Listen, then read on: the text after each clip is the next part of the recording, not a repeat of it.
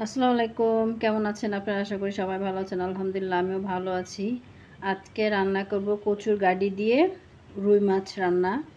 অনেকে অনেক রকম মাছ দিয়ে রান্না করে খাইছেন। চলেন যাই আজকে রুই মাছ দিয়ে রান্না করে খাই। তো আমি ওখানে যে মাছ ভাজছি, মাছ ভাজার তেলটাই এখানে দিয়ে দিছি।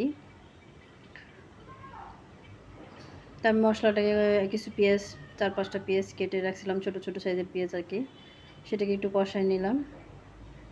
তো এখানে আমি রসুন, পেঁয়াজ বিট করে নিছিলাম। আমি রসুন বাটা দিইনি, রসুনটাকে একটা বিট করে তারপরে পেঁয়াজের সাথে মিক্স করে দিছি। 3-4টা রসুনের কোয়া হবে এরকম দিছি আমি, কারণ কচুরমুখী দিব তো একটু রসুনটা একটু বেশিই দিছি। তো এখানে 1/2 চামচের মতো আদা বাটা দিলাম। এটাকে ভালো করে একটু কষাই নেব। আমার একটু কষানো হচ্ছে, এখানে শুকনো মশলাগুলো যেগুলো আছে সেগুলো দিব। তো আমি স্বাদ মতো এখানে লবণ দিয়ে দিলাম। এখানে হলুদ দিয়ে দিচ্ছি আমি, মরিচের গুঁড়া, ধনিয়ার গুঁড়া। তো এখানে একটু মশলাটা হয়ে গেছে, আমি একটু পানি দিয়ে দিচ্ছি যেন মশলাটা পুড়ে না যায়।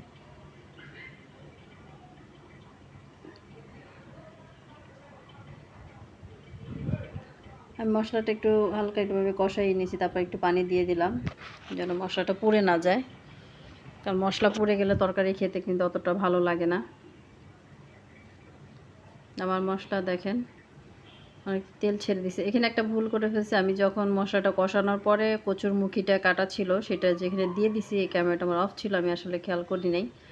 যাই হোক, এখানে আপনার কষানোর টাইমটা আর কি, এই যে কচুরমুখী আমি এভাবে কেটে নিয়েছিলাম একটু মোটা মোটা। আমার কচু গাটিগুলো অনেক ভালো ছিল, আলহামদুলিল্লাহ সিদ্ধ হয়ে গেছে অল্পতেই। তো এখানে আমি ভালো করে মানে প্রায় 10 মিনিটের মতো আমি এটাকে কষাইছি। কষানোর পরে আমি এখানে গরম পানি দিছি। অবশ্যই গরম পানি দিবেন, তাড়াতাড়ি সিদ্ধ হয়ে যাবে, খেতেও কিন্তু অনেক ভালো লাগবে।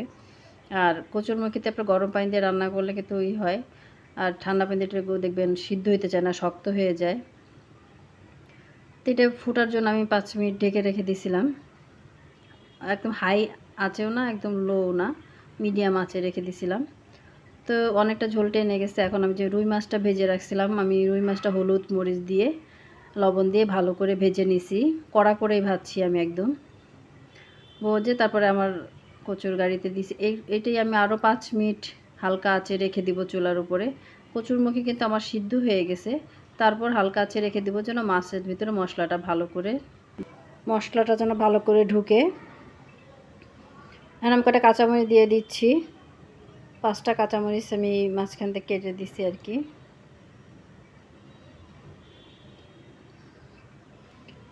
এরকম করে ঝোল আর একটু টানবে আমার, তো একটু ঢেকে রেখে দিব আমি, একদম হালকা আঁচে রেখে দিব। হালকা আঁচে রাখার পর তো উপর দিয়ে তেলও ছেড়ে দিছে, এইটা কিন্তু হয়ে গেছে তরকারিটা।